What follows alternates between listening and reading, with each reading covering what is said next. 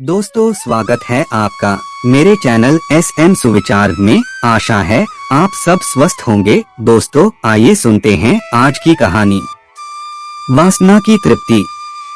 दोस्तों यह महाभारत की एक पौराणिक कथा है। अमरावती में चंद्रवंश में राजा नहुष हुआ करते थे।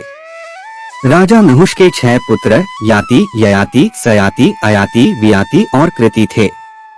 याति प्रारंभ से ही विरक्त स्वभाव के थे। आथा महाराज नहुष ने अपने द्वितीय पुत्र ययाति को उत्तराधिकारी घोषित कर राजगद्दी पर बिठा दिया। तदोपरांत राजा ययाति का विवाह असुरों के गुरु शुक्राचार्य की पुत्री देवयानी से हुआ। देवयानी के साथ उसकी सखी शर्मिष्ठा दासी के रूप में आई। शर्मिष्ठा भी राजभवन में रहकर देवयानी और महाराज की सेवा करने लगी। आगे चलकर राजा ययाति शर्मिष्ठा की सुंदरता पर मोहित हो गए। उसने याचना पूर्वक उनसे ऋतुकाल में पुत्र रत्न प्राप्ति की कामना की।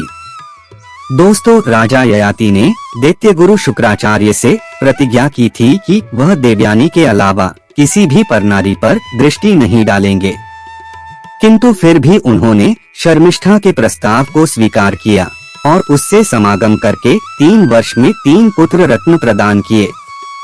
जब यह बात देवयानी को पता चली तो उसने अपने पिता शुक्राचार्य को बता दिया। राजा ययाति द्वारा अपनी प्रतिज्ञा तोड़े जाने पर शुक्राचार्य ने उसे शुक्रहीन अर्थात वृद्धत्व का श्राप दे डाला। अब महाराज की सारी शक्तियां क्षीण हो चुकी थी। देवयानी से 2 पुत्र और शर्मिष्ठा से 3 पुत्र होने के बाद भी महाराज की वासना ज्यों की त्यों बनी हुई थी। अपने यौवन के छीन जाने से राजा ययाति बड़ी ही पीड़ा और काम पिपासा के दौर से गुजर रहे थे। वासना ने उनके मन पर इस तरह डेरा जमा रखा था कि उन्हें राजकाज भी नहीं सूझ रहा था। लेकिन श्राप के कारण वृद्ध बने ययाति भीतर ही भीतर अपनी ही मौत का मातम मना रहे थे। तभी एक दिन मृत्यु ने उनके द्वार पर दस्तक दी। आंखें खुली तो देखा कि सामने यमराज खड़े बोल रहे थे, राजा ययाति तुम्हारी आयु पूरी हो चुकी है, परलोक गमन की तैयारी कर लो। यह सुनकर ययाति बौखला उठा। उसे कुछ न सूझा। वह यम से जीवन की याचना करने लगा, अनुनय विनय करने लगा। ययाति बोला, हे यम, आप जानते हैं मेरी श्राप के कारण यह दशा हुई है। कृपा कर मुझे जीवन दान दे। अभी मेरी सारी इच्छाएं अधूरी है। आखिर ययाति की वासना याचना बनकर निकल ही आई। यम बोले, ऐसा नहीं हो सकता ययाति। हर मनुष्य के जीवन का एक निश्चित समय होता है। उस आयु भोग के बाद सबको विदा होना पड़ता है। यही शाश्वत नियम है।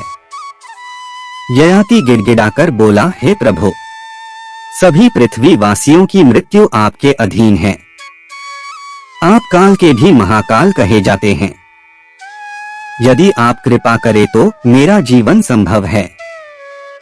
राजा के बहुत अनुनय विनय करने पर यमराज मान गए। उन्होंने ययाति के सामने एक प्रस्ताव रखा कि हे राजन, एक उपाय है। यदि तुम्हारे पुत्रों में से कोई पुत्र तुम्हें अपना यौवन प्रदान करे तो तुम सुखपूर्वक जीवित रहकर अपनी अधूरी इच्छाएं पूरी कर सकते हो। यह सुनकर विषयों के चिंतन में लिप्त और मन का गुलाम ययाति निर्लज्ज होकर अपने पुत्रों से यौवन की याचना करने लगा। अधिकांश पुत्रों ने इस अवस्था में वासना के वशीभूत अपने पिता को क्रोध पूर्वक दुत्कार कर अपना यौवन देने से मना कर दिया। किंतु राजा ययाति की दासी शर्मिष्ठा के सबसे छोटे पुत्र पुरु को अपने पिता की अवस्था पर दया आ गई।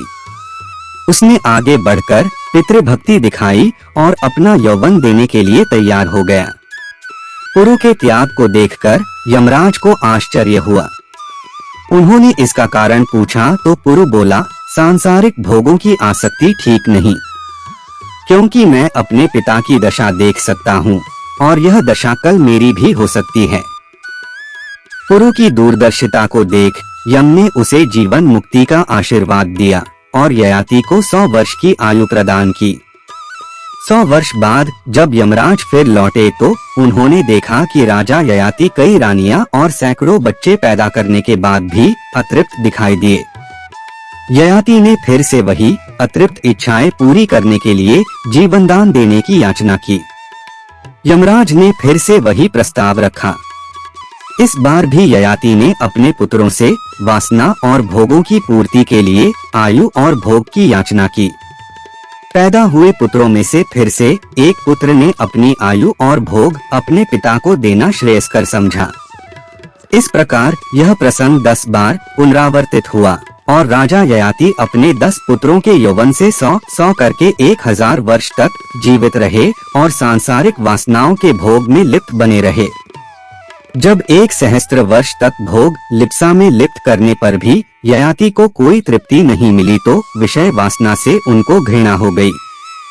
जब अंतिम बार यमराज का आगमन हुआ तब राजा ययाति ने पश्चाताप व्यक्त करते हुए यम देवता से कहा, भोगा न भुक्ता वयमेव भुक्ता है, तपो न तप्तम वयमेव तप्ता है, कालो न यातो वयमेव याता है, तृष्णा न जीर्णा वयमेव जीर्णा है।